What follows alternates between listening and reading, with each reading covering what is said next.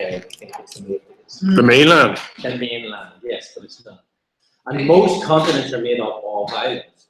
And so there's a term. Yeah, like this. Yeah, well, they're clumped together into sort of economic blocks and landmass blocks, and they're given sort of invisible borders. So the reason for doing this is there's a particular turn at the minute towards thinking this way, and it goes from the micro to the macro. So it's almost like it's a way to think about difference. People on islands think difference in a way that people in cities and in mainlands don't. But it's also potentially a way to rethink Europe. That's one of the reasons it's becoming more and more political. And it's something that's going to become very political next year here in relation to the North and Brexit. So, but it's also very particular to a kind of artistic practice that emerges through the documentary, where art moves out of the centres into the periphery. And the thinking here is that the periphery starts to speak back to the centre and starts to reorganise the centre. So I still think that there's lots of islands in this room and there's no cohesive mainland. Where is everyone? What? Oh yeah, that's a black guy. Melanie? There's four of them. Melanie, Fiona, and Mary Scroll. Fiona and Mary went to North Shore. Do they know there's a lecture? Yeah, they're in class. They're in to be back? I won't turn off then. Did you finish one or two arrangements? No.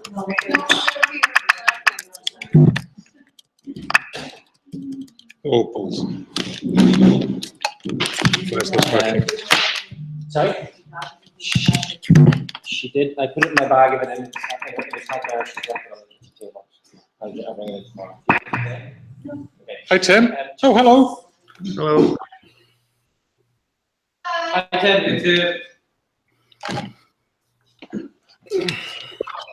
Yeah. That came through clearly.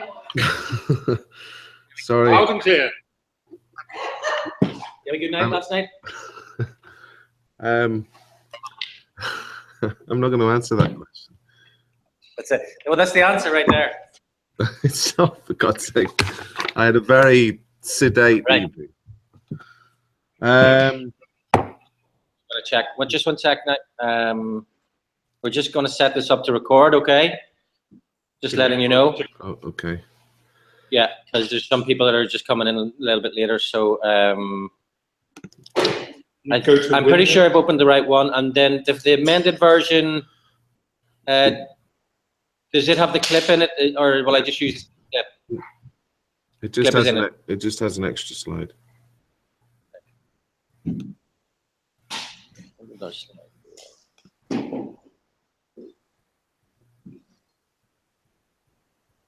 Do you know the slides went, or Adrian?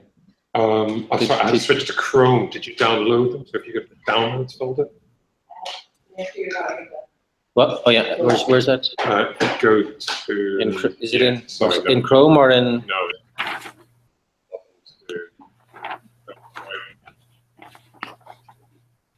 Hi guys.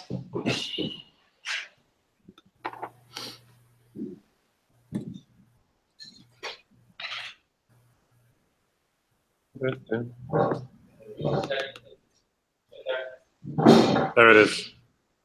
This one here. Full screen. Julia, are the other girls coming? It's just Fiona, is it? Are the other ones coming now? Julia, sorry. All right, sorry. I was told there was 4 that went to the.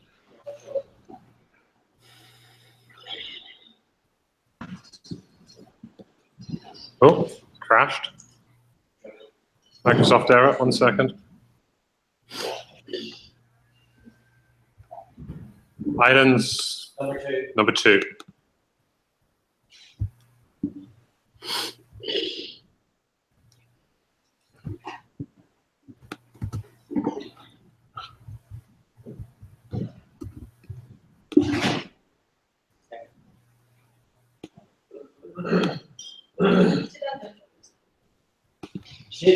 She had written it.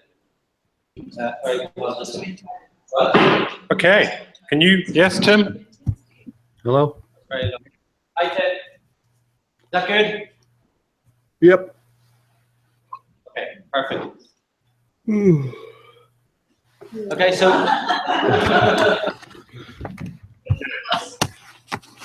It's been a long week, not a late night. Let me just stress that. Okay. all right. How's your week, Tim? Okay, so can you all hear me okay? Yep. Yep. So today it's actually quite a short lecture because this is something that's still very much in the making. And it actually, even though it's a short lecture, there'll be, when I say short, it'll be about an hour. But even though it's a short lecture, I'm hoping that at the end we'll have a bit more time for discussion, because I know that it certainly taps into some of the current interests that Glenn has, that I have around something called archipelagic thinking. So thinking through islands, thinking through the experience of islands, thinking through the specific cultures that emerge from islands, thinking through an imaginary, a set of ideas, fantasies, ways of relating to one another that might be specific to islands. Those ideas are not always restricted to actual islands, to geographically distinct, lumps of rock in the sea. They could be cultural islands. They could have, we could think in terms of political islands rather than just geographical islands. I want to touch on this a little bit, although again, this is really unrefined, some unrefined ideas. I want to touch on this at the very end when we look at a series of exhibitions that are ongoing in and around Lapland, and the particular experience of the Sama people within that region. But anyway, so we are actually going to look at art of islands as well, of course. As you can imagine, excuse me, as you can imagine, we return here to some issues that we've really have been entertaining us for the whole of this semester. Problems to do with the relationship between the center and the periphery, for instance. The way in which peripheral cultures or artists from global peripheries enter into the markets, the institutions that are usually based within metropolitan centers of New York, Paris, London, Berlin, wherever. So we've looked at a lot of those problems around the relationship between the center and the periphery. I think one of the things that certainly from the discussions that Glenn and I have had, one of the things that certainly interests him is the idea of how peripheries might relate to one another without going through the center, if you like. So if you could think of that in practical terms, it's like, how could a course based on Sherkin Island think about the similarities that it might have to courses in Iceland, rather than always thinking about its relationship perhaps to Cork or to Dublin or to London or wherever.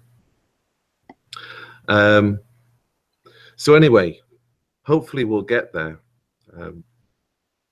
We'll get to discuss rather some of these ideas towards the end of the class. There are two areas that I want to present to you today, again, very briefly. contemporary art from the Pacific Islands. In particular, we're going to look at Vanuatu, which is a collection of islands just to the east, just to the south of Micronesia, just to the east of New Caledonia, and from the far north, in particular from Nunavut, which is the relatively recently established region of Canada, which you can see a map of it here on the far left. Vanuatu you can see in the map on the far right. As I said, in considering these examples, I wanted us to think about them as islands. Again, this should be straightforward when we're thinking about the art of the Pacific. It might be less intuitive when considering the art of the far north, because as you can see from the map, even though there are a number of islands in Arctic Canada, Nunavut also has a section on the mainland. So it might be less intuitive to think about it in those ways. And if we look at the map in the center, of course, which is a map of Lapland, where the exhibition that I'm going to look at later on is based, excuse me, then we certainly can't think of this in normal terms as art coming from an island or a set of islands, an archipelago. In order to begin to make sense of some of this work, I want to draw upon ideas from something which is called Nissology. And again, Glenn might have used this term with you in previous classes or previous conversations. Nissology, Nissology. What Grant McCall calls, or terms, the study of islands on their own terms. And Nissology is very much a recent field of study, although some of its roots go back to the 1970s, coming out of anthropology and cultural studies. But it's a relatively recent set of discussions and debates, really, over the past 20 years or so. Many of those who study islands seek to overturn the dominance of what they call continental thinking. Continental thinking tends to, in Christian de Prétre's definition, tends to consider islands only as epiphenomena of larger land or continental trends. So islands are considered as marginal to trends, cultural trends that emerge from and that are consolidated on the mainland, and then that are then only later passed on to the islands, if you like. Instead, the likes of de Prétre and McCall want to assert that islands belong to what geographer Michel Foucher has called a world archipelago. This is from Foucher's article in the French newspaper Libération in 1990. Some have argued, in fact, that the continental mind and the island mind, that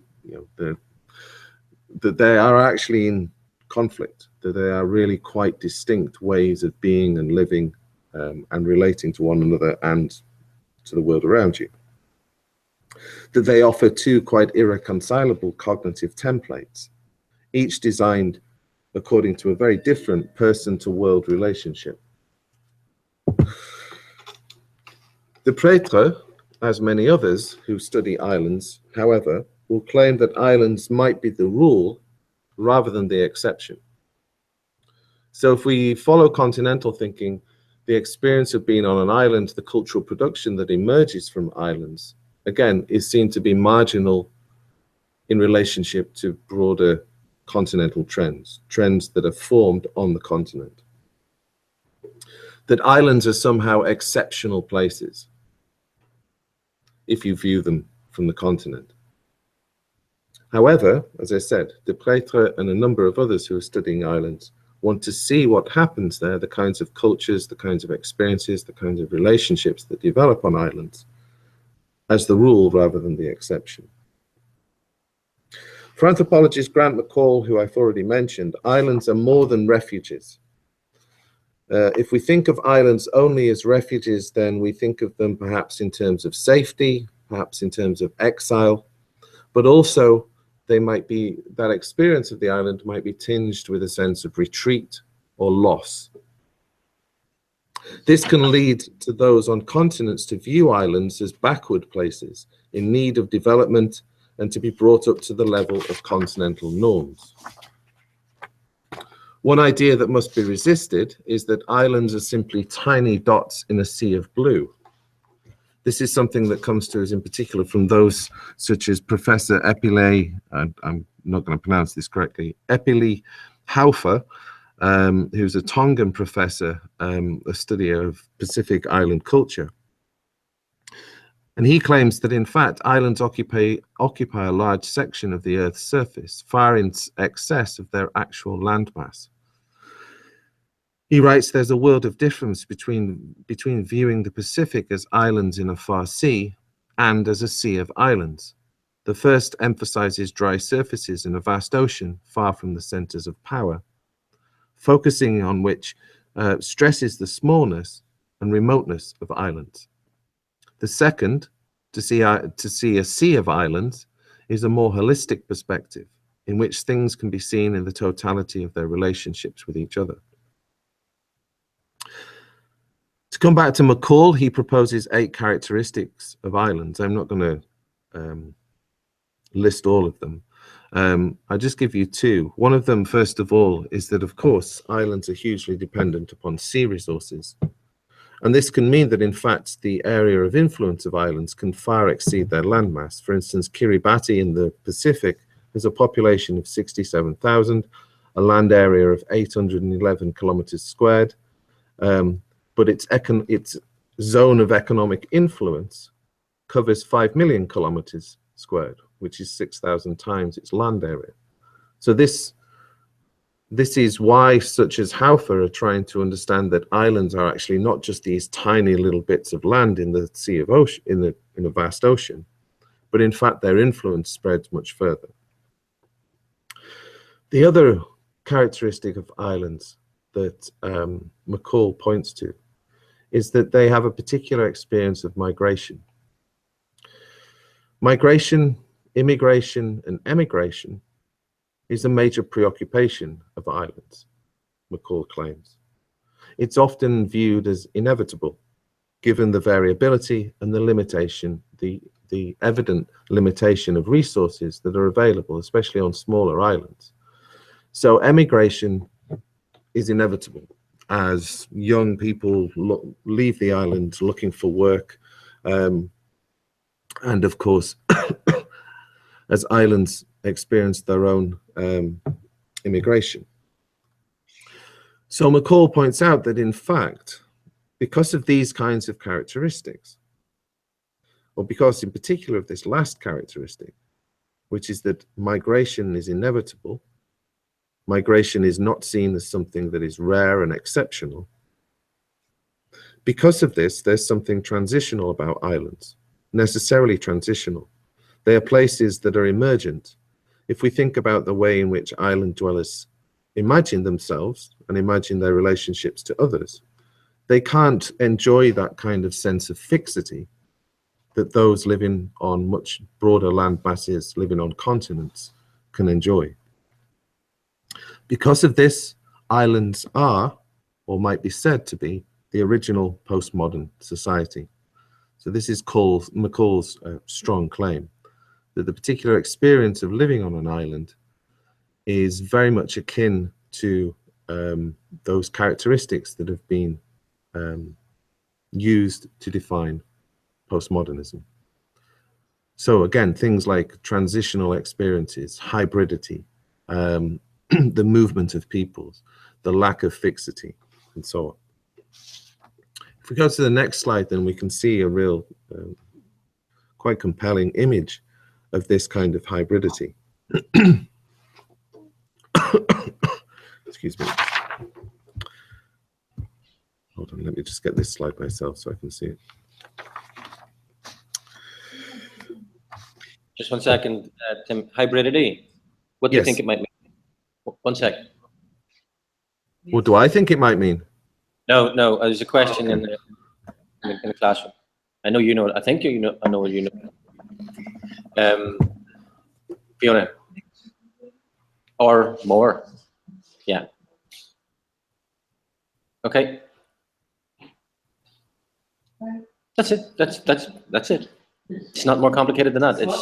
It's a mixture of elements. It's a mixture. It's not a singular element. It's a mixture of different ideas or aesthetics or forms. Be an example. Okay, Tim? Yeah, absolutely. I mean, hybridity can be cultural, it can be biological as well, of course. Because of migration, you get a mixing of races and, you know, what do you call it? Miscegenation, I think is the term. You get a mixing of bloods, if you want to put it that way. This is something that the French intellectual Edouard Glissant calls métissage, which is just basically a sort of a mixing of races, effectively. But of course, you also get that cultural mixing, that cultural exchange, that ongoing cultural exchange. And again, there's maybe felt to be something, the example we're going to look at in a little while from Vanuatu, which in fact is where Kapil Ka is from. He's from this group of islands.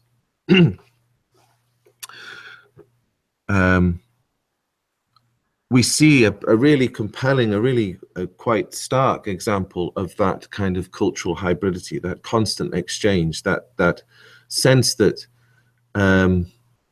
authenticity effectively goes out of the window. The idea of there being some pure, authentic culture that can you know, identify its distant origins and that has been untainted and so on. I mean, I think this is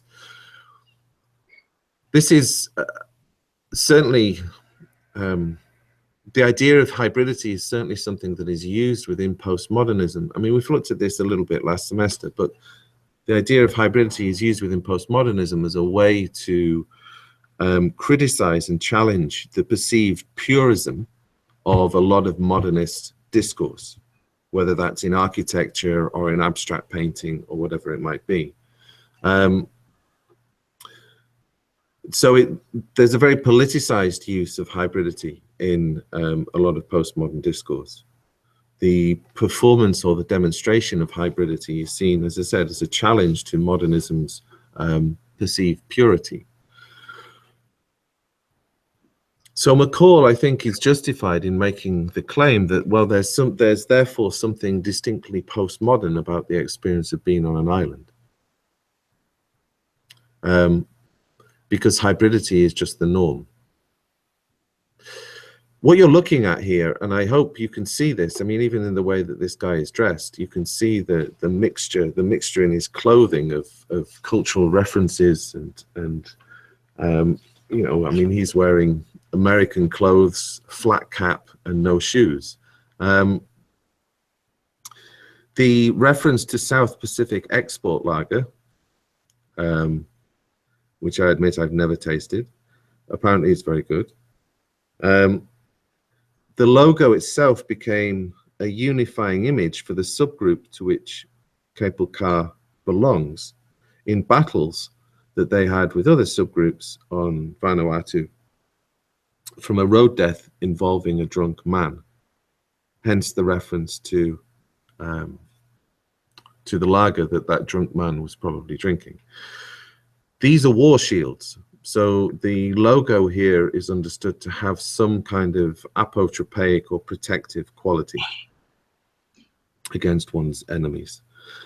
Kapil Ka himself trained as a sign writer, a sign illustrator, but since the early 90s has produced a number of these war shields. Some of them, for instance, I don't have pictures of them, but some of them have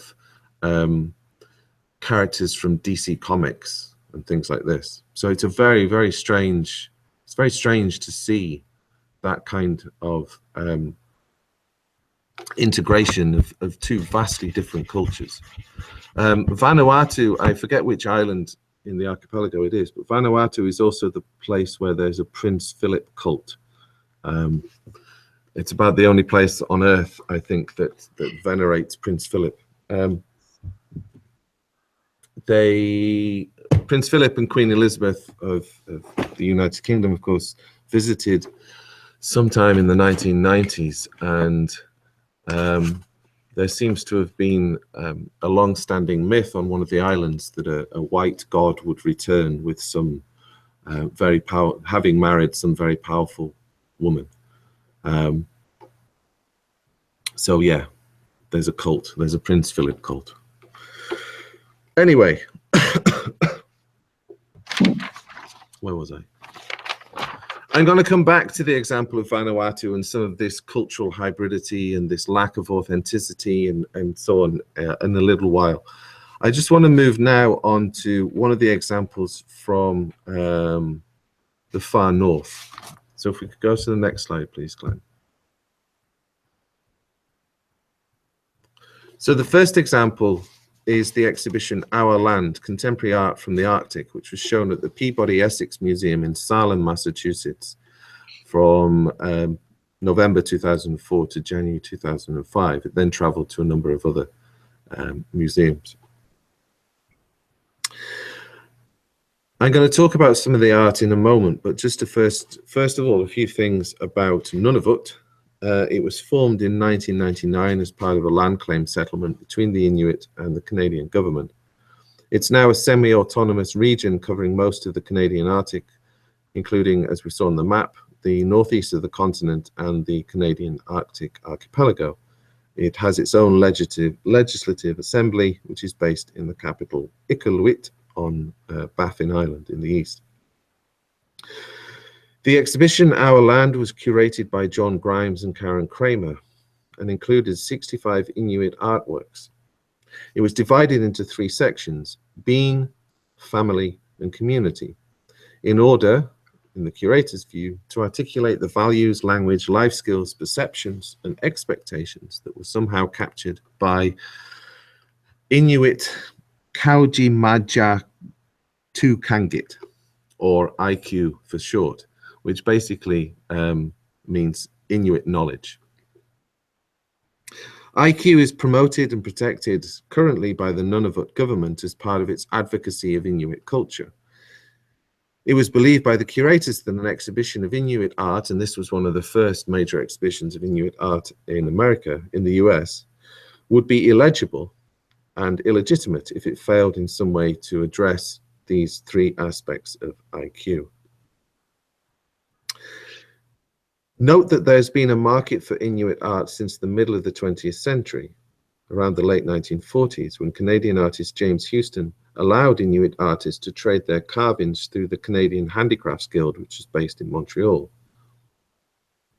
In 1953, Houston, who came to be described as the Arctic representative for the Canadian Handicrafts Guild, wrote a book, Eskimo Handicrafts. This publication was directed to staff working for the Hudson Bay Company, which is an import-export company, who were involved in purchasing artworks in the Eastern Arctic. It provided instruction on what to look for, how to assess quality, what sort of prices you should pay, and how to market Inuit art. Carving and later printmaking became the major sources of income for the Inuit. This was particularly important, and it was fostered by the Canadian government, who subsidized the setting up of artist cooperatives and studios and workshops after the collapse of the fur trade in the 1940s.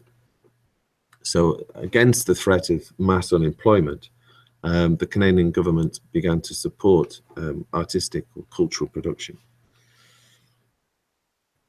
It was again James Houston who first introduced printmaking to the Inuit in the late 1950s. At first they used printing blocks and stencils, but by the mid-1960s they had begun copperplate engraving and lithography.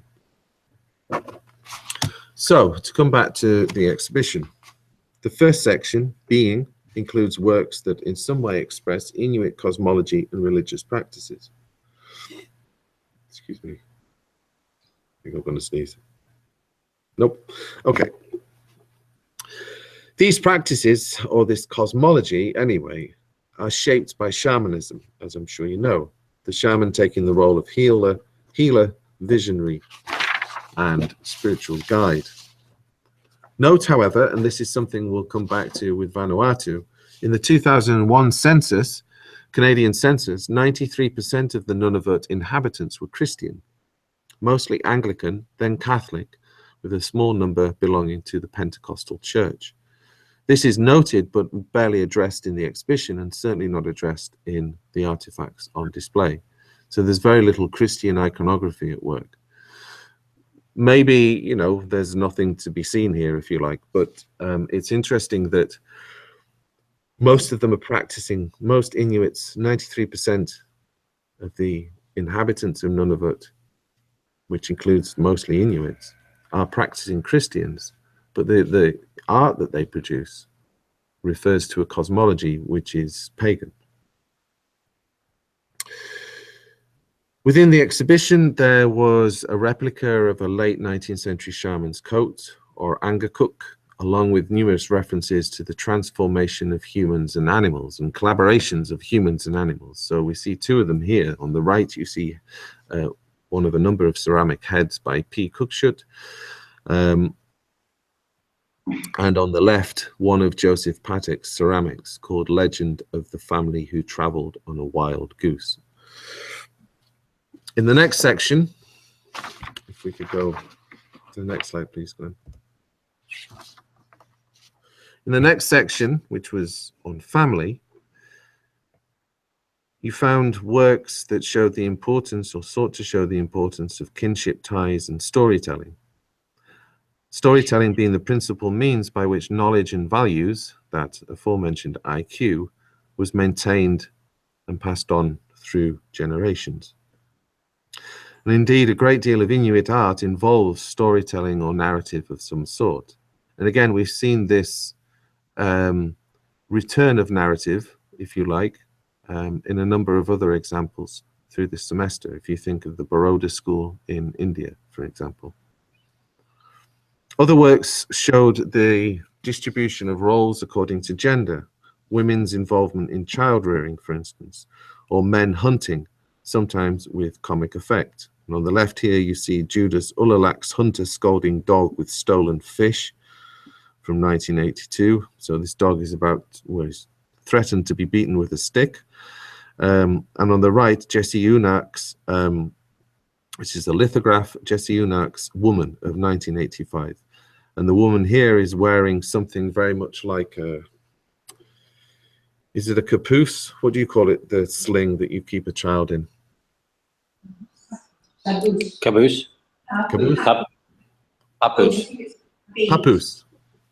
Caboose. Caboose. Caboose. Caboose. Okay, so caboose, thank you.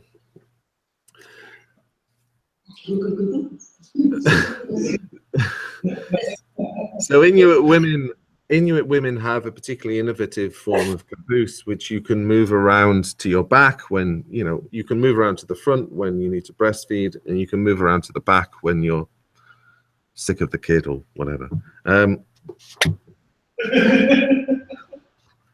The next section, final section on community. Can we go to the next slide, please? Sought to show the importance of social activities and various forms of entertainment. Inuit society is largely egalitarian, with a flexible leadership structure and developed practices of negotiation and consensus. Again, many of these works, these prints and carvings, showed the practices of hunting as a collaborative practice. For instance, Luke Angu Hadlook's Men Hunting Caribou in Kayaks, which you see here from 1978. Interestingly, not all of this work was done in the conventional media of printmaking or stone carving or ceramics. Some of the works on show were video, one of which was Nunavut, Our Land, a 13-part video by Zacharias Kunuk, which was produced in 1995. And this was one, with regard to the comments that I made earlier, this was about the only work in the exhibition that addressed the arrival of Christianity. The film tells the story of 5 fictional families between spring 1945 and Christmas Day 1946 as they come to terms with the appearance of a missionary in their village. It was first broadcast on Bravo, a Canadian TV channel, and then shown at Documenta 11 in 2002. Crucially, it reverses the dominant relation. The audio just tripped out there a little bit. Just go back to one sentence, please. The film, Nunavut Our Land, it was first broadcast on Bravo, Canadian TV channel, and then shown at Documenta 11, which we've looked at last semester, in 2002. Crucially, the film seeks to reverse the dominant relationship between observer and observed, the Inuit having been subject to a great deal of anthropological study, of course, with all of its accompanying prejudices. If you think all the way back to Robert Flaherty's 1922 film, Nanook of the North, I don't know if any of you have seen it. By all means, you can see some of the parts of this video, of Canucks video, online. You can get parts of it on Vimeo, I think. So feel free to have a look at it in your own time. It's very sparsely filmed. There's not much drama. These are really, what it does show is just everyday Inuit activities and relationships between, different members of the family. And the arrival of the missionary is greeted not with any great melodrama, but it's still shown as a really quite groundbreaking event. It's an interesting film. I suggest you have a look at it if you can. If we could flip, What? If we could go to slide 7, please. Sorry, what was the name of the film again, Tim, before I move on? It's called Nunavut Our Land by Zacharias Kunuk. Kunuk. Zacharias, Zacharias.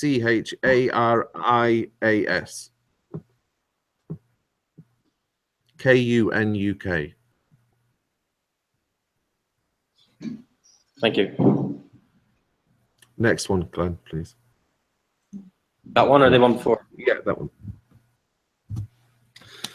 Just to point out, recently, this year, in fact, the Inuit Art Center has opened in as a wing of the Winnipeg Art Gallery in Manitoba. You can see one of the storerooms of that here, and you can see this is the sculpture room. You can see there's a lot of carvings in soapstone, a few ceramics. Just again to stress that there's a significant market for this. I was in the Menil collection in Houston, in Texas, about 1.5 years, 2 years ago, and there was an exhibition there of Inuit art. It is extraordinary work. It's very delicate, very simple, but again, there is a significant market for this stuff. And in fact, I think even one of the conditions of opening the Inuit Art Center was that it wouldn't be just a place for scholarly research and serve as the basis for exhibitions, but it would also, works in the collection would also be available for sale. Okay. If we could go to the next slide, please, Glenn. So I want us to swing back to the Pacific, to Vanuatu, and in particular to a festival called Back to My Roots. Glenn, could you open the link that's, if you just press escape and then, no. Yeah, just trying to find the, let's see that.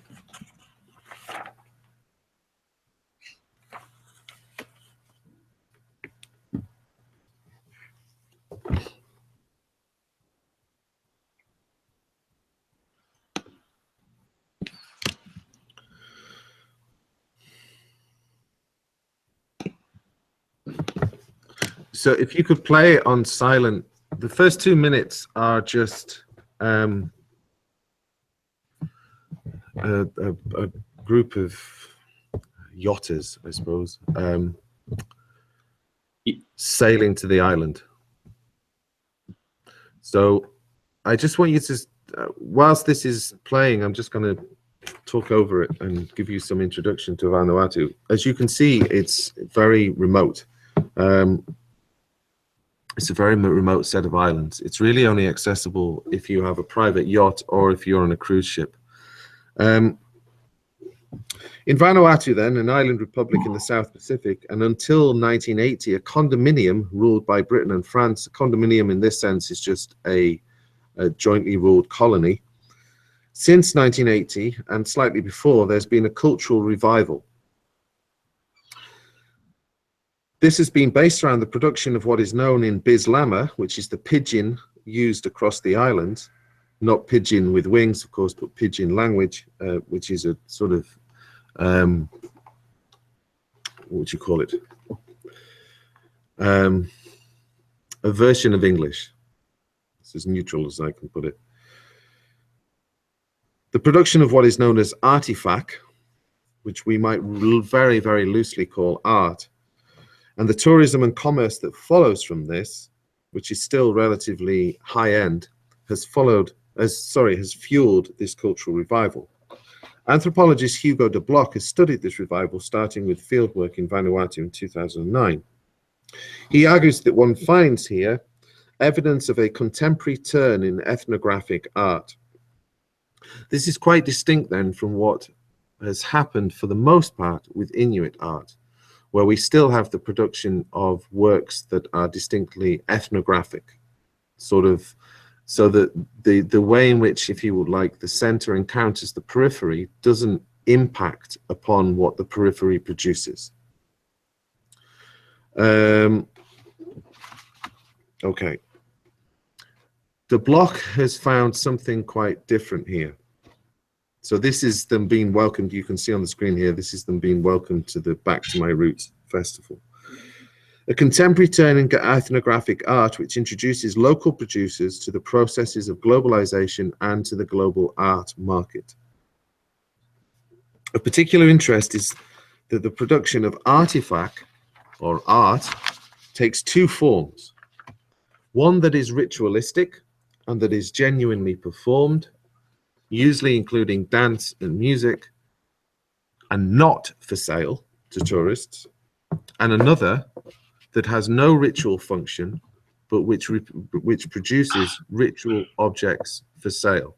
So what the Ni Vanuatu, as the inhabitants call themselves, have done is that they've effectively split the performance of their different rituals into two versions.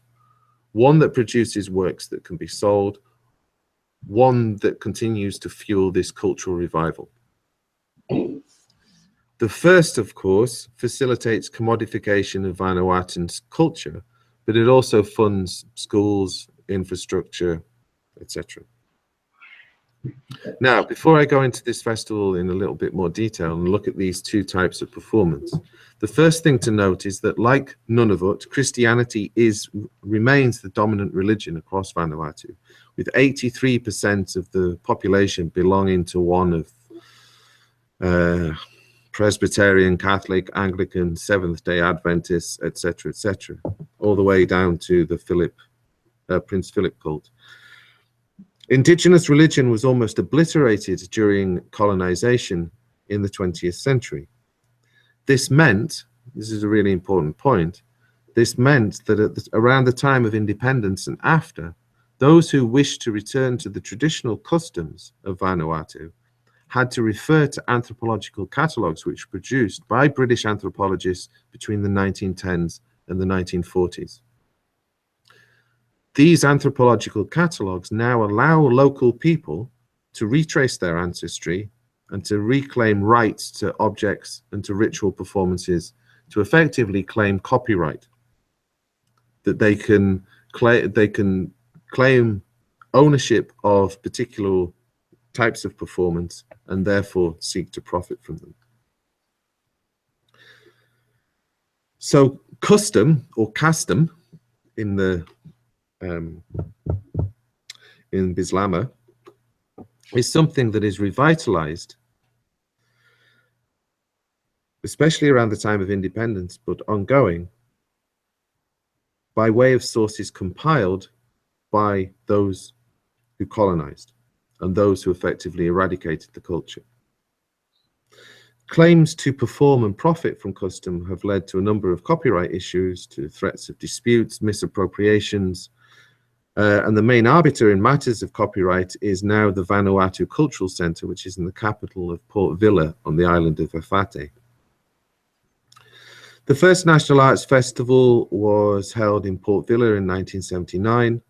On occasion, Vanuatu has also hosted the Pacific Arts Festival. Now, one of the main attractions is what you see here, the Back to My Roots Festival, held annually on Ambrim, which is the islands. The festival program includes a number of dance and music performances, initiation rituals called mage, and a rom performance at the end. Oh, we've frozen, have we? No.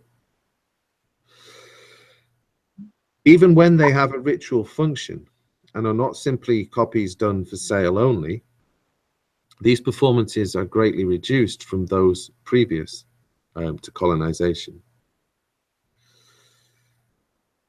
In 2002, the Back to My Roots group, which you can see dancing, some of them dancing here, performed at the World Expo in Shanghai as part of the Vanuatu delegation.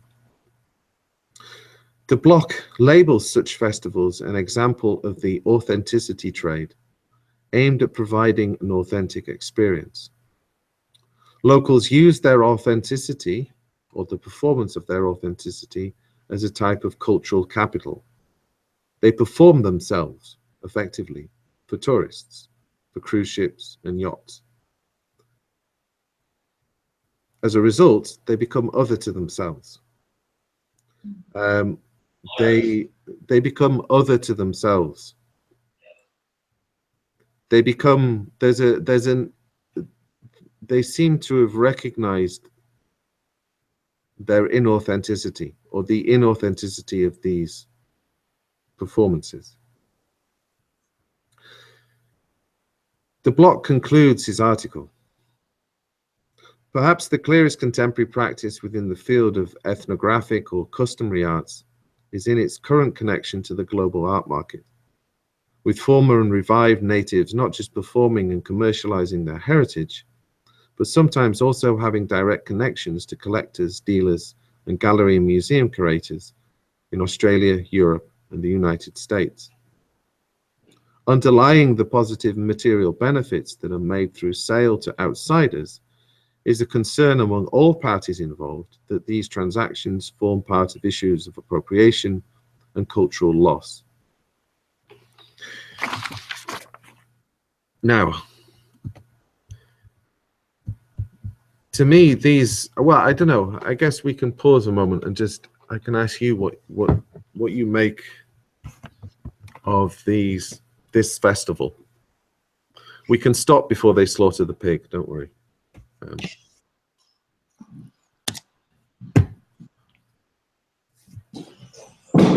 So this is effectively authenticity for sale.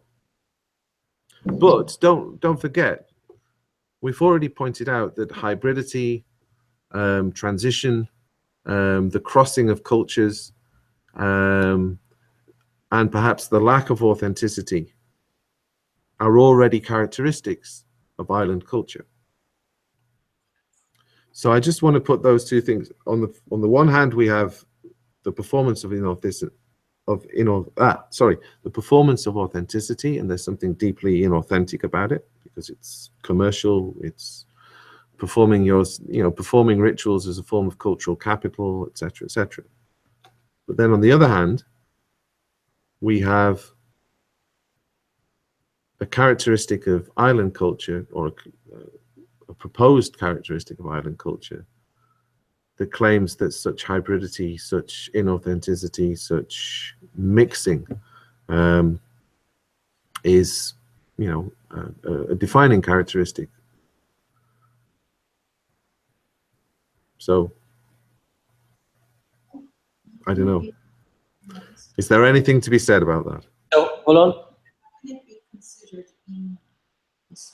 inauthentic. Is it just because it's commercialized? No, but because if they were taking their knowledge from the colonizers' archives, is that not inauthentic too? Like, where does the authenticness start, I suppose? Does that make sense? Yeah, it does. I don't know. I don't know. I mean, I think one of the things that we're faced with here is that, is the lack of origin. As as I've said, and as you recalled there, the original text for these performances is a catalogue, no doubt incomplete, and prejudiced, and perhaps, not fully observed, by two Cambridge anthropologists between the 1910s and 1940s. So it's very strange, and it's a. Oh, don't put me on this. Sorry, just because we're talking about authenticity. Yeah, this is not me. It's not me. I think there's a lack of embodiment or something. It just doesn't seem like they're really in it. It's like they've taken something that's been written about the instruction, but not the feeling of it. I can't Do you hear that, Tim? No. So it seems, the performance itself is lacking any kind of embodiment. Because they're taken from an outsider's point of view. So there's no ownership They're not over. taking it from their ancestors, it hasn't been passed down to the generation. And taken out of context and taken back into.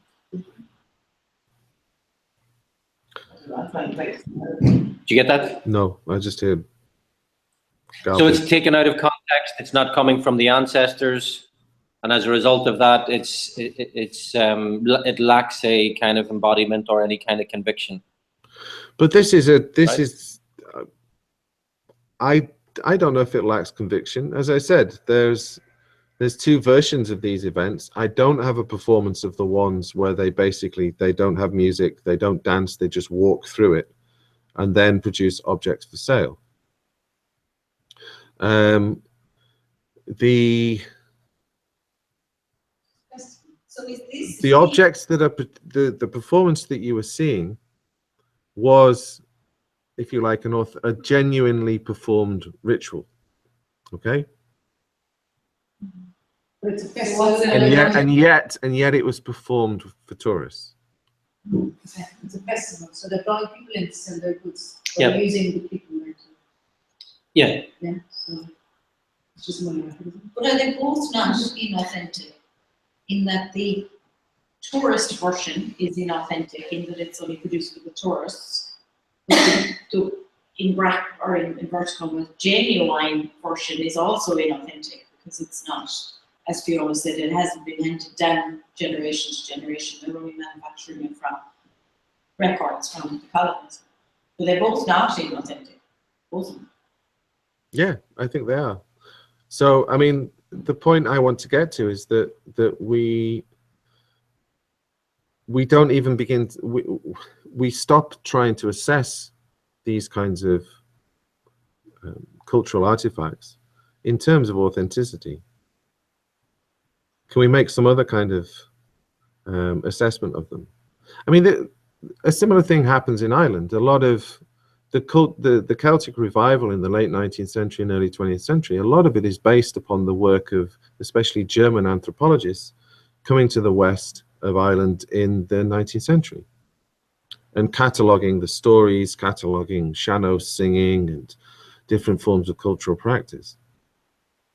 These are used by the likes of Yeats as, again, catalogues of stories, practices, ways of speaking, names. So, Yeah, or running side by side with that, we would have had the familial cataloguing, I suppose, you want to put it that way, or the historical word of mouth cataloguing rather than the Academic. Huh? Rather than the academic, Yeah. rather than the Whereas objective. in this, the argument is that there wasn't any of the vernacular records except for what was the academic colonizers' version. That's true. That's true. They're not exactly the same, of course, but you do. But in both cases, you have the invention of tradition. Okay, tradition is not something that is necessarily handed down. Tradition is something that has to be invented. So it's constructed. Absolutely. So it's not natural. I would like to get to a point where, because we can evaluate these kinds of works without, I'll put it differently, where we can understand their significance, we can understand their agency, and we can understand their value without considering whether or not they're natural. I don't think that's the right question to ask, to be honest. You know, when is a culture ever perfectly natural? But I think that's what you were getting at, is by illuminating the constructedness of identity and tradition, you undermine, you decolonize, if you like, this concept of nature. Yes. Because look, I mean, if you think of this, if you think of just the performance, the audience, the yachters, the cruise ship tourists, whatever, the audience are there to consume authenticity. You know, I mean, you'd have to do a study of just what their expectations are, what are their reasons for traveling here, what do they think they're looking at, you know, why did they join in? So on their part, they're consuming authenticity. But there's a knowledge on the part of the Ni Vanuatu that this isn't fully authentic, but nonetheless, it's significant and valuable as a form of cultural practice. That this is very much an invented tradition. I don't think, by, you know, just reading around this a little bit, I don't think any of those who produce these kinds of performances are under any illusion that they're somehow that this is not an invented tradition. They're very aware of that. You know, they're carrying around pages from some of these anthropological catalogs effectively as contracts, as proof of rights of, you know, rights to own certain kinds of performance. So I think, Are we, I mean, is this something, are you trying to get are we trying to locate a particular logic here that is subversive, something that is like a determinant of the dominant culture? Is that what you're trying to get at? And as a result, figure out how to evaluate the inherent subversive nature, or the inherent subversive relationship between master and slave in this kind of relationship?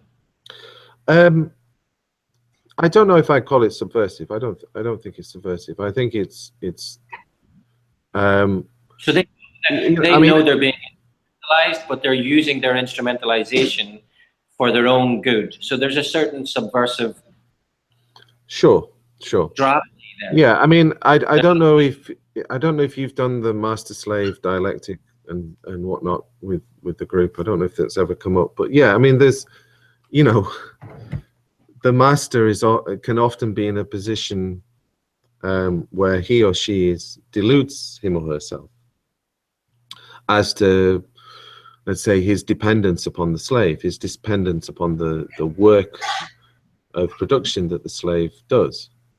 Whereas the slave is usually never under any illusion as to the nature of the relationship.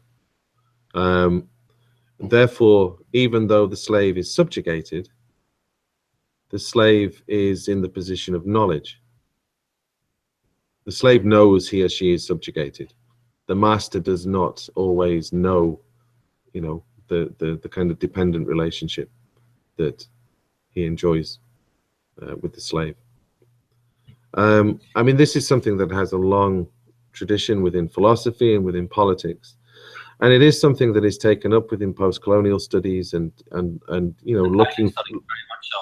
Yeah, you know, because it is center-periphery relation. yeah, absolutely. What you don't get here, though, I think, is that kind of relation between islands. This is still very much a version, just as with the exhibition of Inuit art, it's still very much a version of a relationship between the center and the periphery. What we're looking at are, on the one hand, how the periphery, how art from Nunavut comes to the center, and on the other hand, we're looking at how and who from the center goes to the periphery, in this case Vanuatu. I mean, there are exhibitions of this work in Australia as well. There, you know, the work of the some of these performances from the Back to My Root Festival. If we look at the next slide, Glenn, please. You know, you see how this work is displayed in this case, in the Annandale Galleries in Sydney. Do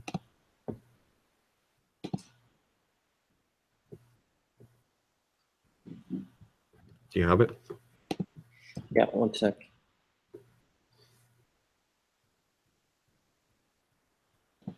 Where does the economy come into? Where does the economy come into what? The sensing to the component. Well, cultural capital, you mentioned cultural capital. Is that? No, as in I presume they're doing it for the economy as well, for the exchange, Yeah. for tourism and finances and bringing people in as well. That's a factor.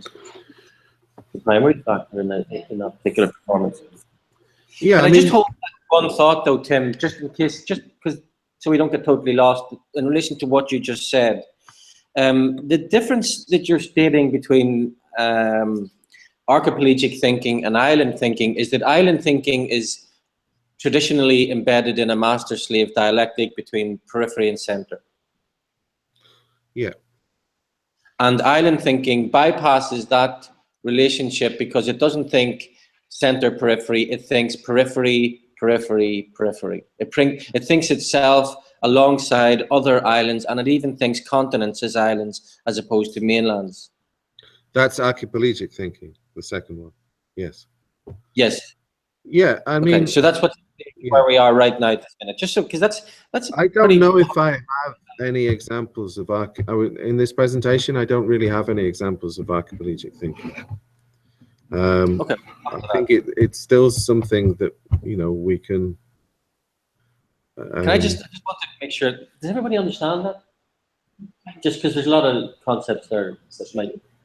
So what he's saying is that traditionally you have this relationship where Dublin always determines the cultural value of the island in some way, okay? So the island is always looking to Dublin to figure out what to be. There's a master and a slave. It's a kind of traditional relationship, a conflictual relation, or a colonial relationship.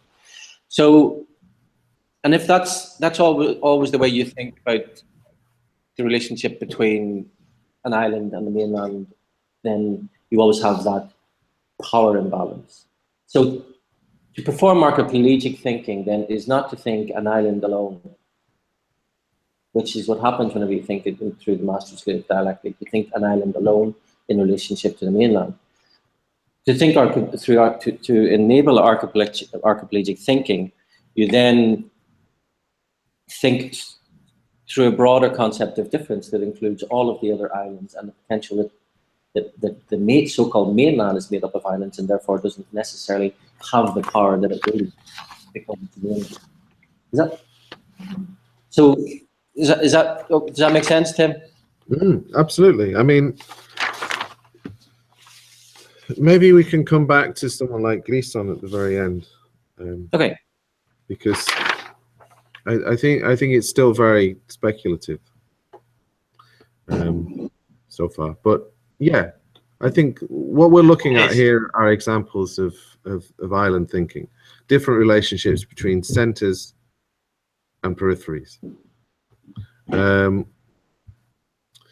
But you know, we could look at the exhibition of these artifacts in, as we can see here, in the Annandale Galleries in Sydney, and think, well, okay, but then if this is the alternative, which is that these artifacts are displayed as aesthetic objects within a white cube gallery, if that's the alternative, then surely the performance, the live performance, the visiting the performance, the going to the actual festival is an improvement on that. Yeah? Because otherwise we just have ethnographic art introduced into the global art market. That's what we have.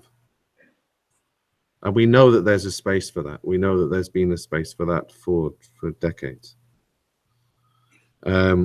Whereas in the performance, we have something that is arguably much more complicated, and that has that brings in a quite different relationship between producer and consumer. Anyway, we'll just have a look at a couple of other exhibitions, if we can. The Asia Pacific. No. Sorry.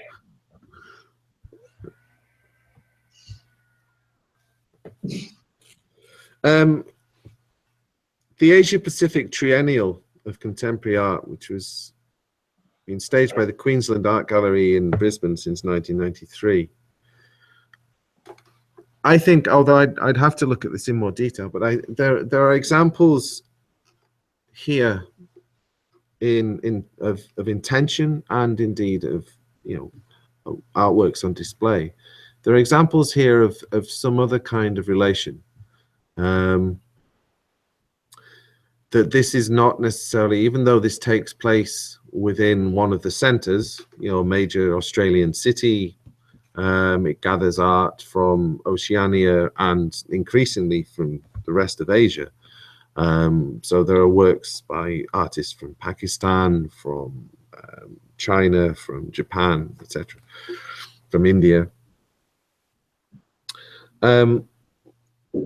I still think that there's some attempt to at least show parity or establish some kind of parity between, let's say, the works produced by Pacific Islanders and works produced by artists from China. That there's some kind of equivalence. Now, I don't know if you could think of this in terms of archipelagic thinking. But there is some other kind of relationship being produced here that is, you know, between the centers and peripheries. Having said that, so it seeks to encourage quite different forms of cultural exchange than the ones that we've already looked at. Having said that, though, you can still get instances of continental thinking. This is Australian curator Ruben Kean writing about the triennial. Through its great diversity, and I quote, through its great diversity, from the fetishism of the primitive to the Pacific responses to colonialism, through to the Asian reflection of diversity, the show is actually all about Australia.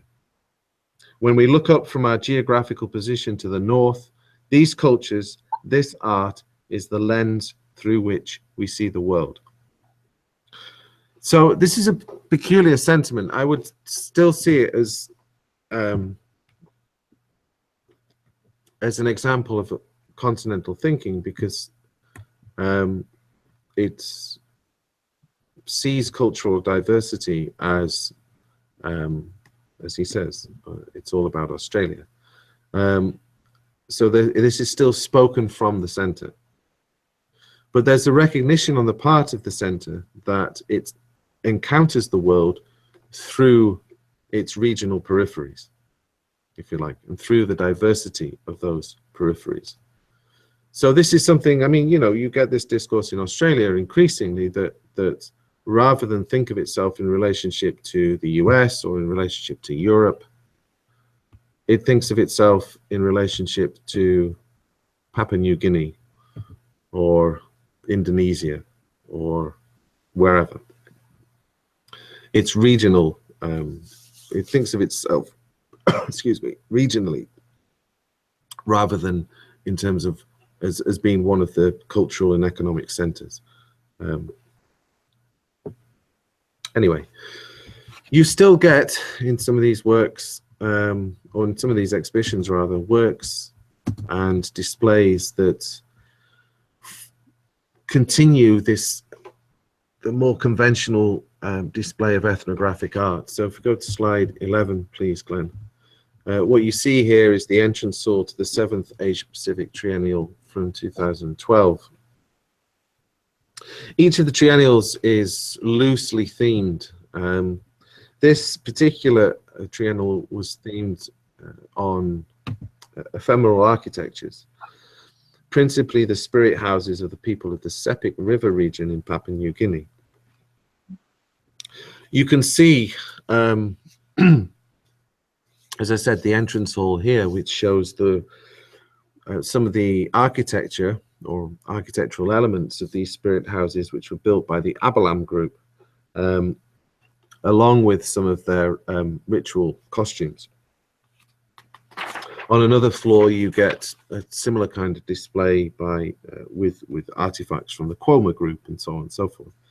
So this replicates a pretty standard form of display of ethnographic artifacts. However, There's a question real quick, sorry, Tim. Sarah? What do the people really are thinking about being exhibited in gallery? In this situation? In this? So, did you get that, Tim? no. What do the people who made these think of it being exhibited in this context, in this way? I'm not sure. I mean, it's an interesting question. I'd have to find out. The curators of the triennial are constantly traveling around places like Papua New Guinea, seeking new artists, seeking new producers. I would have thought by now, although I'm not sure. I mean, Papua New Guinea is a very remote and quite isolated, or there are some very remote and quite isolated regions in Papua New Guinea, of course. I'm not sure whether or not the producers think of themselves as producers of art or some art-like thing, such as you get in Vanuatu, where they do seem to understand themselves as producing art for an audience, for a market, etc. I don't know. Would that change the way in which we encounter these objects? Well, again, to come back to Vanuatu, some of these, some of the similar kinds of forms of dress and masks would be produced by Ni Vanuatu artists, but you wouldn't be able to wear them. So they were produced knowingly for display and sale. They weren't produced to be worn. Whether that's the same with these, I'm not sure. I'm not sure at all. But the question is interesting because on it hangs the question of whether, how are you going to view this? Is this an ethnographic display? Are these ritual objects, and therefore are they invested with, value and significance, or are they simply, curios, the kinds of stuff that you get in cabinets of curiosity and what have you? Are we simply to look at them, to admire them for their exotic and peculiar characteristics, for their otherness? If the producers of the Sepik River Valley are producing these knowingly as works of art, then they are again producing themselves as other in the way that the artists of Vanuatu are doing. That makes sense? Yeah. Okay. There were some artists included who took a more critical relationship to well, took a more critical approach to the relationship between colonizer and colonized. If we go to the next slide, please, Glenn. Let me just find my notes. So there was also satire, there was criticism. For instance, the photographs of Greg Semu, this is not one of them,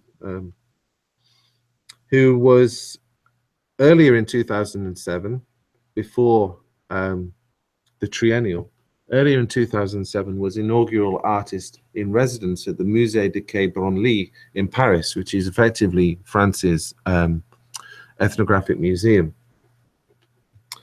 Whilst there, the New Zealand Samoan artist produced a series called The Battle of the Noble Savages.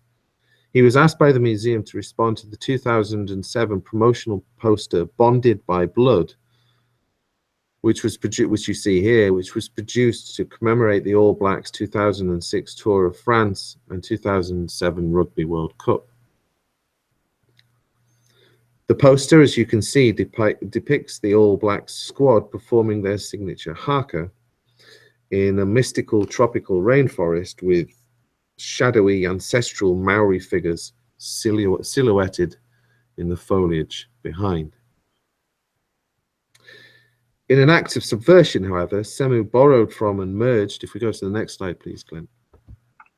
Semu borrowed from and merged the genres of history and portrait painting, staging elaborate, fictitious tableaux vivants, scenes of Maori warriors engaged in battle against, again, a backdrop of native forest, but in this case, casting Maori as both colonizer and colonized. These made historical references to the New Zealand and European wars of the 17th and 18th century, of the 18th and 19th century, and perhaps expose some of the romanticized veneer of the promotional poster. Another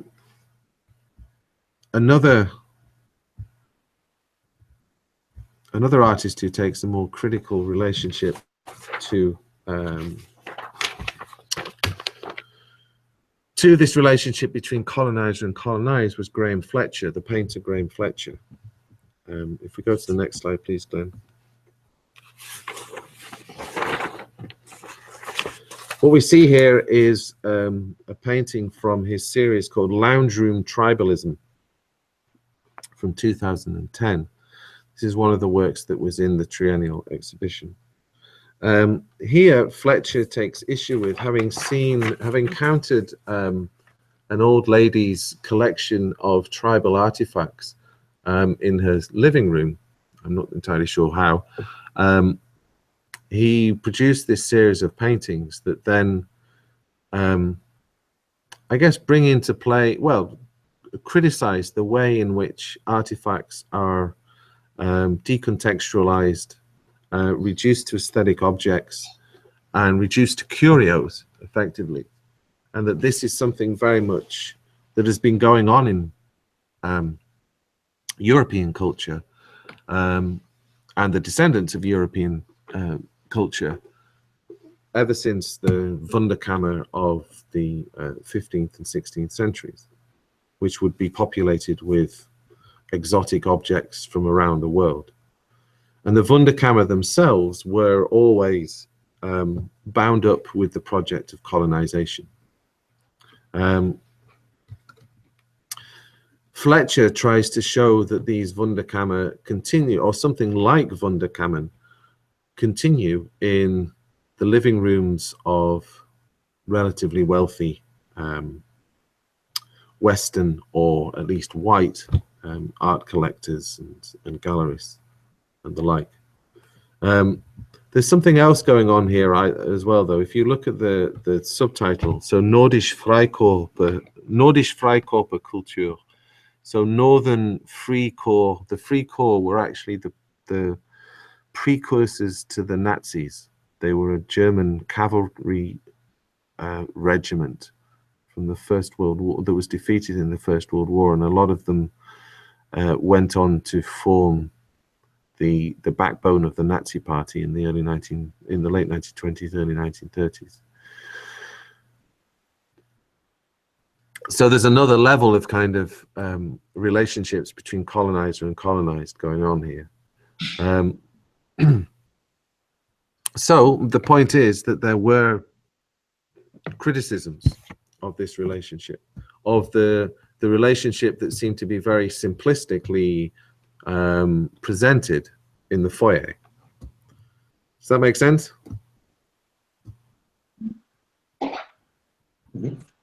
Yes? Yeah, yeah, okay. Just one other example, I'm aware of the time. All too clear, I might say. Huh? All too clear, I might say. You know, it really does bring up this problem of transparency or surveillance. You can get, you really sense the violence in these last few slides. Mm. Yeah. These cultures just being spotlighted, put under the light, exposed, every element just put on display. Well, Glenn, Shamelessly. that's almost as though we rehearsed, because if you look at the next slide, I go to the bathroom. Back a minute. yeah, we didn't rehearse, of course. The next slide shows one of the iterations of a really pivotal exhibition called Bottled Ocean, which was staged in a number of galleries across New Zealand between 1994 and 1995.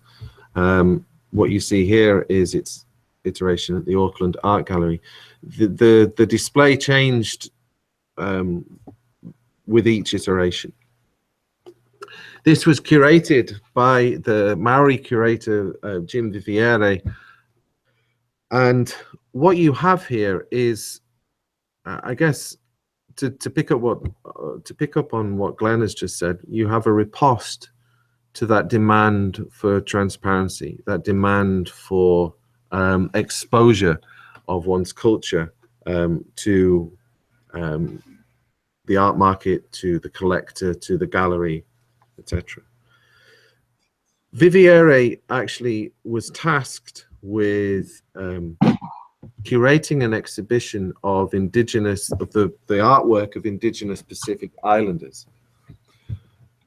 So this was his task, but in fact he produced something which was much more like an installation. He used mirrors and perspex to divide the works from the viewer, to put them behind a screen effectively, and use the mirrors, especially on the floor, to undermine how these works could be seen, the kind of stability that they might otherwise have. A lot of works were shown without labels. Some works were just kept in their boxes, kept or were left half unpacked in their shipping crates. And commentaries were projected like stock market figures through a digital LED light box. So again, some reference to the market or the potential marketability of these works. In the end, Bottle Ocean made the arrival of contemporary Pacific art in the galleries of New Zealand more of a problem, something to be addressed, something to be unearthed, rather than just a celebration as it was supposed to be initially. So Viviere does something really interesting. He takes an exhibition which is just supposed to be, you can imagine the press release, a celebration of cultural diversity, a celebration of the openness of the New Zealand art world, a celebration of the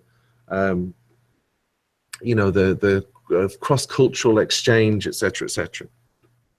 And in fact, he takes that and he makes it into something that is he shows in the way that he's curated it, that this is deeply problematic,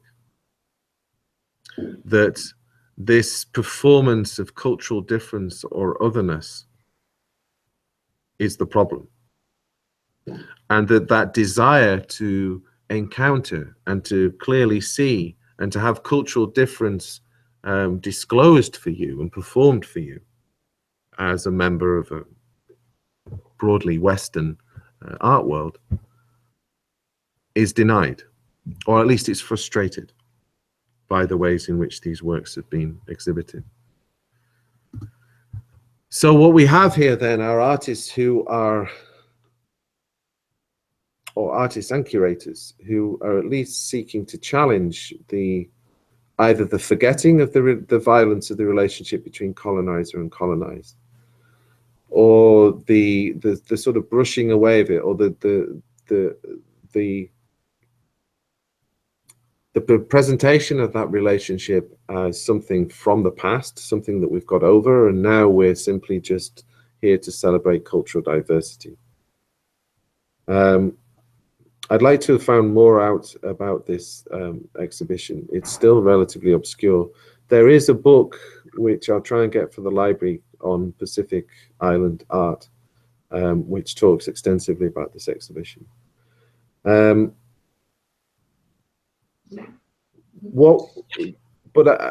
I mean, I don't want to be too critical of this, but just, can you see first of all, can you see the Perspex screen? Yeah, you can see that there's a screen in front of this. You can't enter into this exhibition. Just It's like a shop window display. Yeah. Okay. So you can only look from afar, and looking doesn't, looking at these works doesn't really tell you anything about them. A lot of the works aren't. You can see a pile of works on the left which haven't been unpacked. Does that make more sense? Yep. Okay. So there is criticism, of course there is. And there's a very vivid criticism. Where we move into the realm of speculation is how that criticism could give birth to something which was a more positive set of relations between peripheries. And I'm sure there are. I mean, just because I haven't found any, and just because, doesn't mean that there aren't, of course. That's just the limitation of my research so far, because this is something that I haven't been looking at for very long. Just one. We've got one quick question from the floor. Sure. Well, we can move to discussion now if you want. I mean, I'm pretty much done. So, Jill. I don't know, are you familiar with the Temari exhibition in 1984? Which one? What's it called? Temari. Temari? It was it's been called the kickstart for the Maori Renaissance, and what they did. Maori artworks. A lot of them have been taken across people like Pitt Rivers, Museum Locks, all around the world, and they gathered them back. And there were Maori curators, etc. And it was the very first time that the Maori had taken all the stuff that had been put out and colonialised, if you like, and regained it. And so it was just. Do you know that, Tim? Do you know that exhibition? I don't know. I forgot I have a Kiwi in the room. Yeah. Yeah. But Temari is something to look at. I went to it all those years ago, and it turned the whole country upside down. It's huge. Huge. Okay. This really speaks to what Gleason calls the need to clamour for the will to opacity. Yes. This is the writer that we were talking about at the beginning. This key sort of thinker around archipelagic thinking. One of his sort of main quotes about this kind of problematic is that actually today, in this day, island cultures should assert their right to opacity. Precise to opacity. So the opposite of transparency. So what's being performed here is both transparency and opacity. So there's a reclaiming of identity through opacity. In the sense of what's being strategically mobilized is the fact that you should not be ignored. which is what the West is. The Enlightenment is based on the belief that if you shine the light on everything, you transfer it on everything, you analyze forensically, you know everything. And this is a projection of that island cultures should not allow themselves to be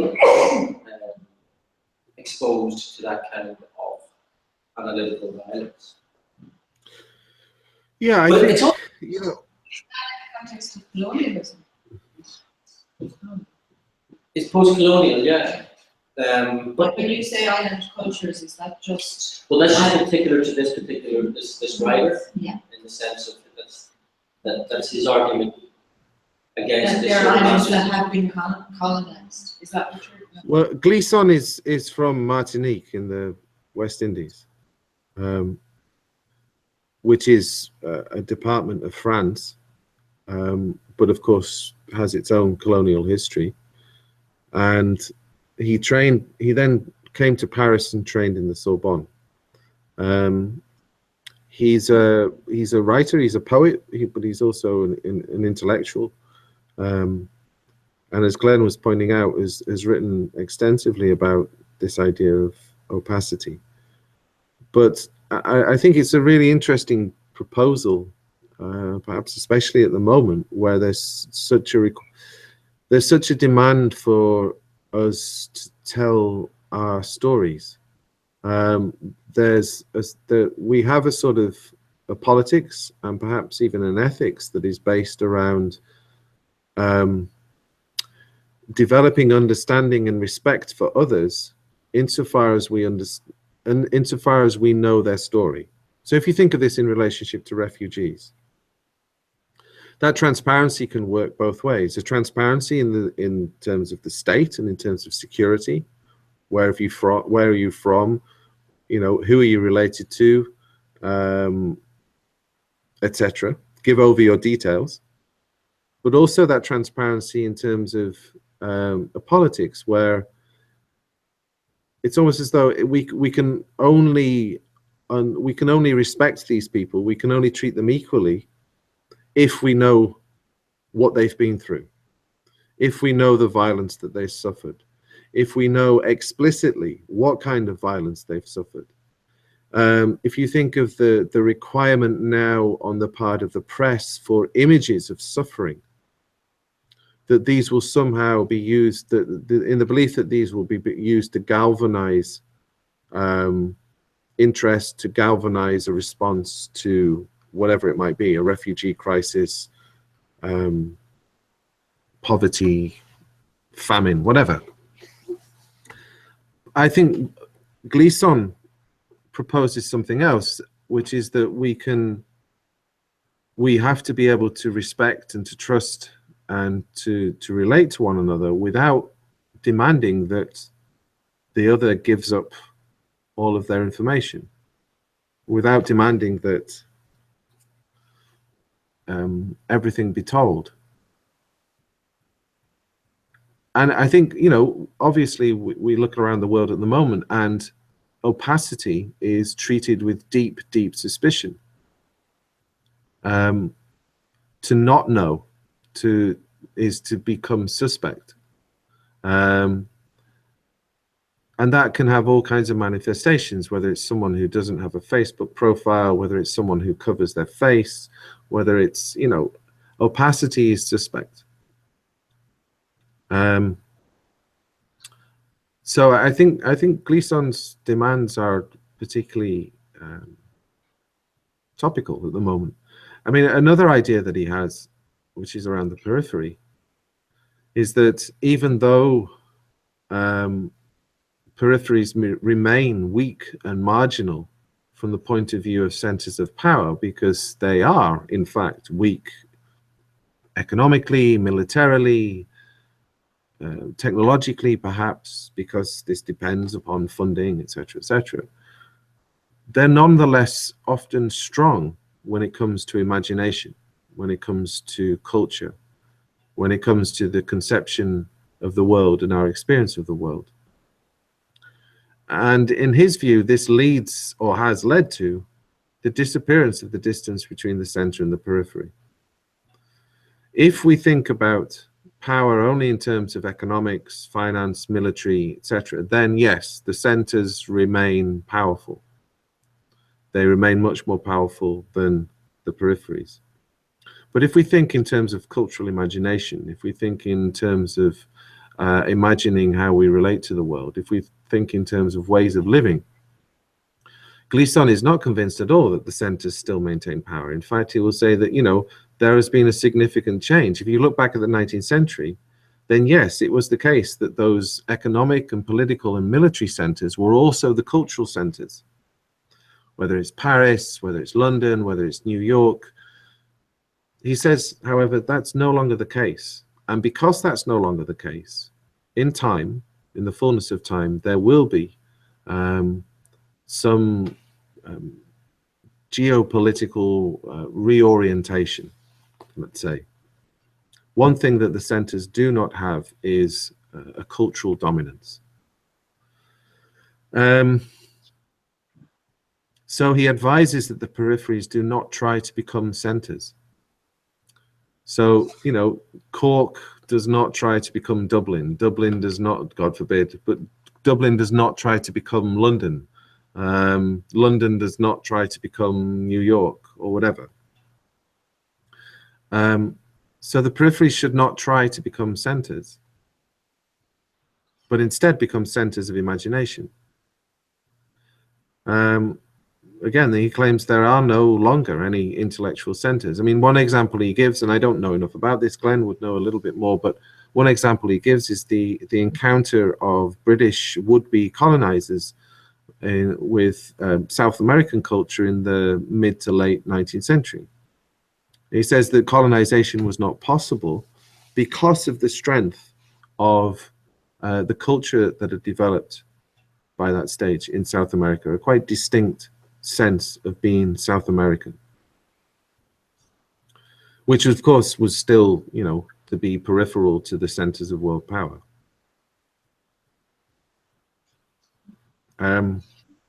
It is interesting, though, that within that particular culture, this kind of logic has a much longer, deeper history than what we're talking about, in the sense that the kind of the culture of hybridism, the culture of recolonization, of cannibalism, cultural cannibalism goes right back to the beginning of the 20th century. Absolutely. I mean, and when you look at it in that way, then the how would you put it? There's an imbalance in kind of self-awareness and knowledge. Similar to what, you know, the point that was raised around the example of Vanuatu was that, you know, the performers themselves know what they're doing, but the audience might be quite ignorant about what they're actually seeing. They think they're seeing something that's deeply authentic, whereas it's much more complicated than that. All the while that Western modernism was developing itself and imagining itself to be, you know, the center of the world and a set of universal ideas and universal principles. At the peripheries, you were getting the development, as Glenn has just pointed out, the development of ideas that were actually much more complicated than that didn't, that understood some of the complexity and of cultural exchange and cultural relation. The cultures are hybrid, that they do feed off one another, that they do, you know, yeah, anyway. So, and that's very much consistent with Glisson's thinking, is that, you know, what you have there is a greater cultural imaginary on the part of South America than you would do in Western Europe. I'm just thinking in terms of finishing up, Tim, if we could just apply this really quickly to a contemporary context. I wonder how you think this logic applies to documenting, and specifically document is, I don't know what to call it, recolonization of Athens might be one way to think about it. But their citing of part of it in Athens, given that the recent historical relationship between Germany and Greece. But how this is the center coming back to the periphery, almost violently framing it in a kind of gesture almost of charity, but at the same time recolonizing it again after having economically obliterated the entire country. Well, I'd be wary of naming Athens as a periphery. I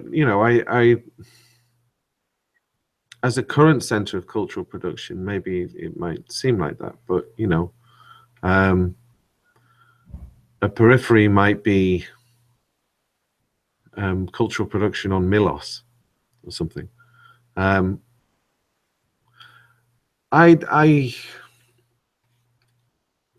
think it's quite a brave attempt to at least bring into light the kind of that we saw a couple of years ago with the relationship between the EU led by Germany and what happened to Greece. I think it's a genuine attempt to address that by whatever means, however limited means a cultural exhibition might have. But I don't know. I mean, you, by the tone of your voice, that you seem to be a bit more suspect. I am a little bit suspect, yeah. And I haven't worked it out yet, and I really have to go there to find out. But reading around it, I think that the response in Athens is less welcome than expected. Yeah, and understandably. Look, I mean, as we've looked at before, everything really changes with Documenta from Documenta 9 with Clementine de Lis, and especially Documenta 10. And no, it's Documenta 11 is Enwezor, isn't it? Yeah. Sorry, Documenta 11. Sorry, Clementine de Lis is Documenta 10, and Enwezor is Documenta 11. I mean, that was a genuine attempt to try to decenter the exhibition. I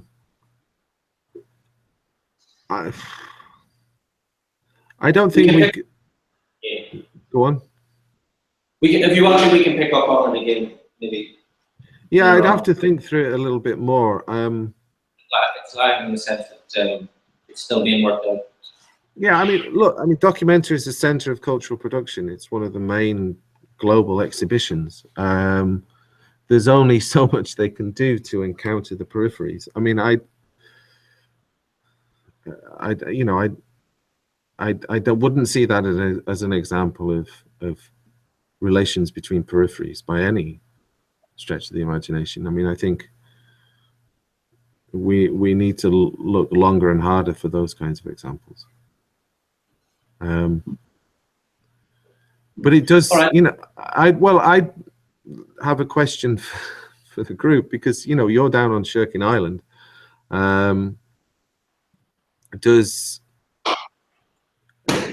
Shirkin Island has its own particular relationship to the mainland, to the proximate mainland, and to the more distant mainland.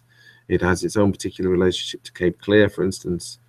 I mean, does any of what we've looked at today have any kind of traction with your own experience of being on the island? And yeah. Good question. Come on, seriously. Strikes me as the hippie the way the course has a reputation for being arty, not serious course, just because it's something that there's a museum. Okay. Fair enough. Did you get that, Tim? All I heard was arty farty. Well, that wasn't directed at you. So in a way, the course has has been pejoratively described as a hippie course, hippie course. A what? A B&B course? Hippie. Oh, hippie. Hippie. And I don't think that's just sort of because there might have been hippies on Sherpin. I think it's more, I think what the point there is making is that that's one way to sign that a lesser status because it's on an island, and that an island has that status already anyway. So by its very peripheral nature, it must be something less. And I think that's true. Especially in the dark world, that's true. That level of hierarchy absolutely still exists. At the top, the middle, and the bottom. Do you think there's any way in which you can make your peripheral status into a virtue?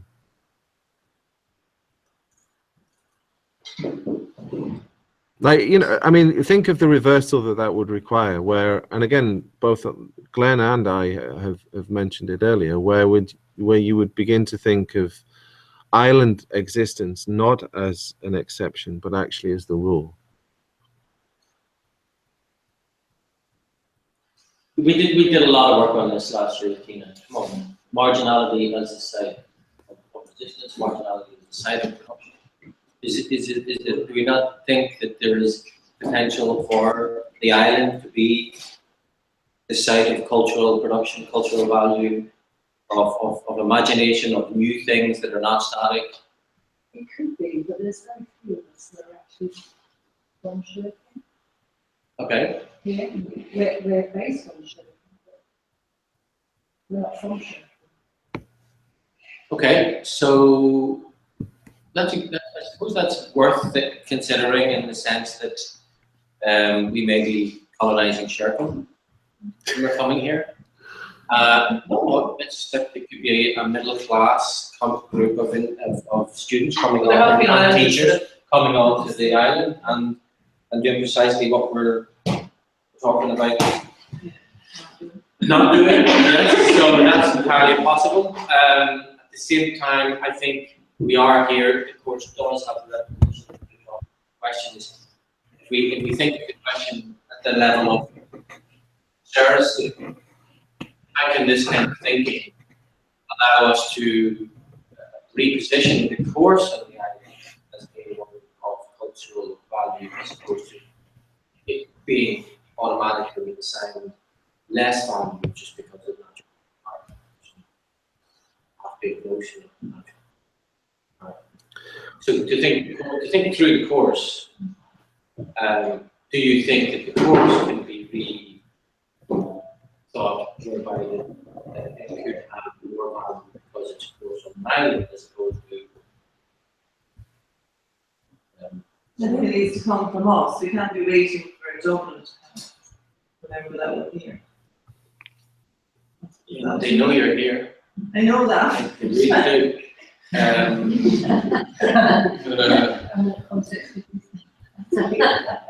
But that's a good point. I think you're totally, I mean, that's what Tim's asking you. He's saying, as students on Sherpin Island, you're in the position to make that change. You're in the position to turn around and say, actually, instead of being a marginal space, or instead of this being something that excludes me from the art world, it's actually something that I think would put me in a stronger position to produce art because of the different elements that Tim's talked about, this notion of cultural imagination. The argument being that there is a fluidity sometimes to, this is, I think what you said, is that there's a kind of imaginative fluidity to the island. Yeah. Think that there isn't in the static sense of the city and the state. So again, we're getting a bit too far, it's a bit too expansive, but just at the level of the course, is it possible to think that the course can be viewed positively because of its island nature as opposed to negative? So it is viewed positively in one sense because when the portraits have their exhibition, I mean, we want them to flatten here for this exhibition, so they do. You know, when the portrait exhibitions are, people do flatten here. They mark the calendar to come down here, especially for this. So it is seemingly in one way. Yeah. As very positive. So what comes out of here? Yeah. And what do you think, if you were to name what would be positive about that exhibition? Why would that be marked in the calendar? They're not going to come and they space on them. They get to experience a totally different experience to see a gallery. So one point then, Tim, is that one of the ways that you could reassert the value of what's happening here is that you can say that all of the work here is embedded in the context of the island. That is a very unique context, and one that you wouldn't get in the city. Actually, Tina could very well. Sure. Tina? Yeah. Oh yes, absolutely. Yes, yeah. Tina wrote about this when she wrote about the exhibition itself. That it had precisely the ability to reposition itself because of the expanded nature of the context in which the art is made. Another question? No, it was a statement.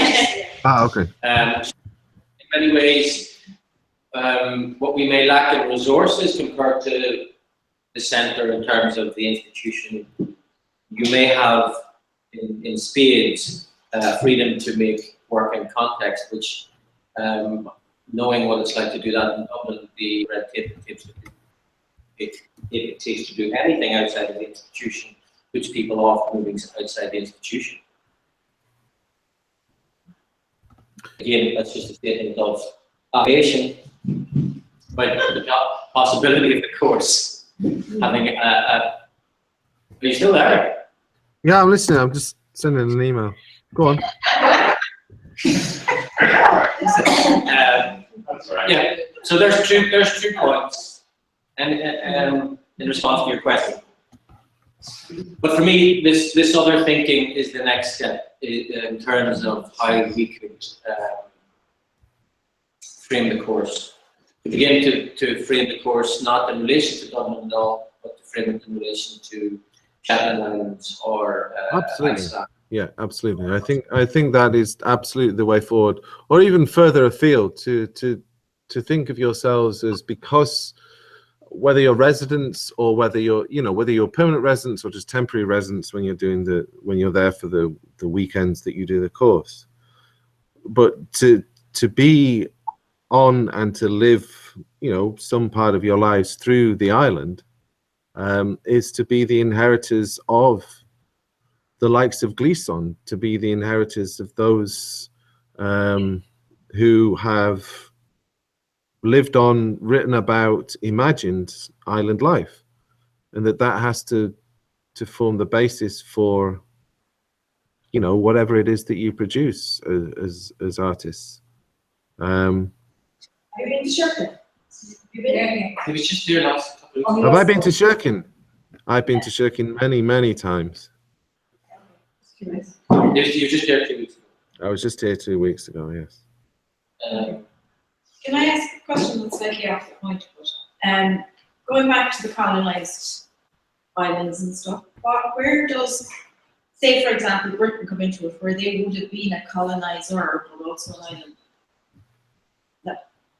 Another question. What are you asking me?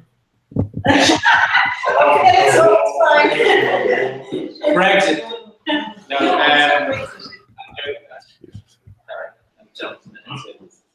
so no, come back. It's what's Tim. I didn't hear the question. I just heard something about Britain colonizing. And you just switched off, right? So Yeah, go ahead. no, you know the way we were talking earlier about islands and being colonised. What? I don't even know what the question is really, but where you have an island that is a colonizer, what does that? Okay, yeah. It's a really interesting question, actually, because, well, you have Britain, for instance. You have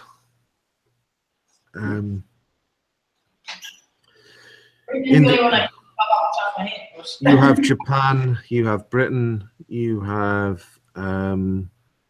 Indonesia. in Britain, it's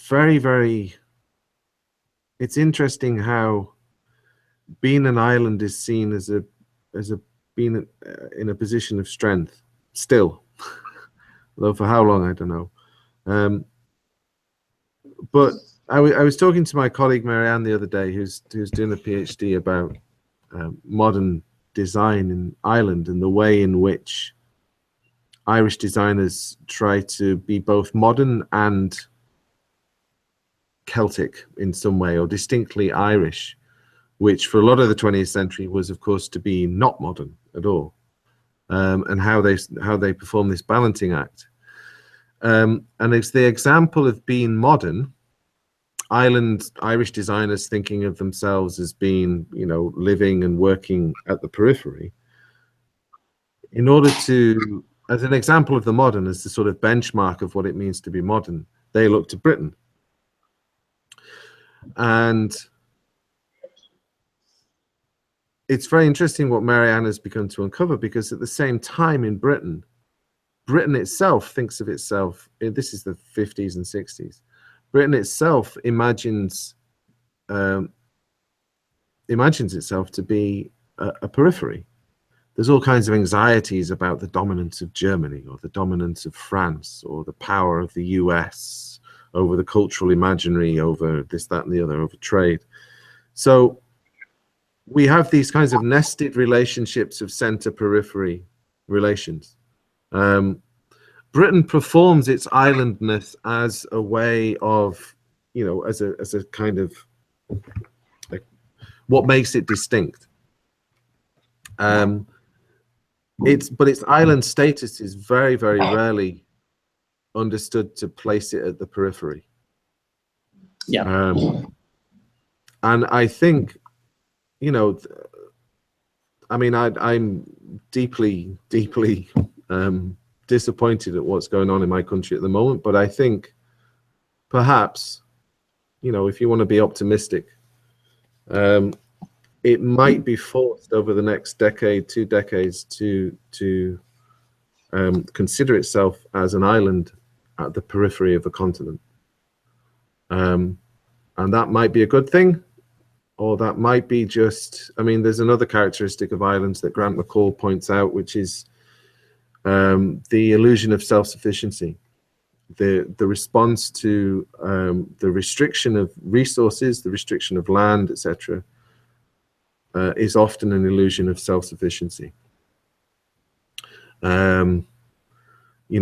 don't need the mainland. We have everything that we need here, and those kinds of sentiments could, continue to fuel the nationalism, the sort of as someone recently put it in the LIB, England is setting itself up to be a mixture of Merry England, Toy Town, and Singapore.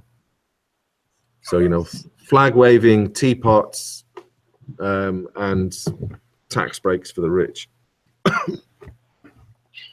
And of course, Singapore is an island. So I don't know. It's a very interesting position. We also have the possibility now of Ireland becoming an island again, becoming a complete island. It's, if ever, you should be seizing the moment to think about islands, I think now is the time. Yes. And on that note, yes, yeah.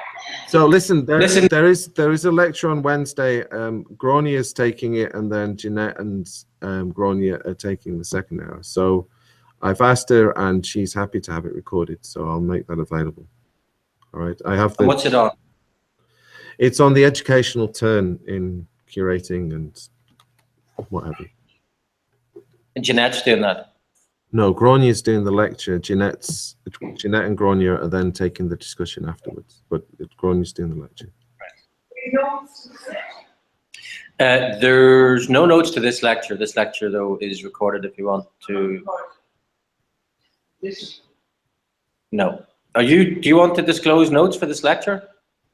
Do you have notes you want to? They're very sketchy. I would think so. It's all recorded. This is. Just some of the names. Oh, I can go through that with you. This is something that we're working out together, and actually that will form the basis of much longer engagement further down the line for the course. Yeah. So, yeah, Gleason, I'll give you his name. Edward. Edward, Gleason? yes. Gleason. Well, thank Tim for coming in on a Saturday. We didn't have to. And thank you for that really, really short lecture. Could I make a correction? Next, can I make a correction? Yeah. Can I make a correction? Yeah. I want to correct the word papoose is the correct word for a child's clothing. Papoose, okay, good for you. Thank you. Papoose. Okay, thanks a million, Tim. Ta-ra. See you soon.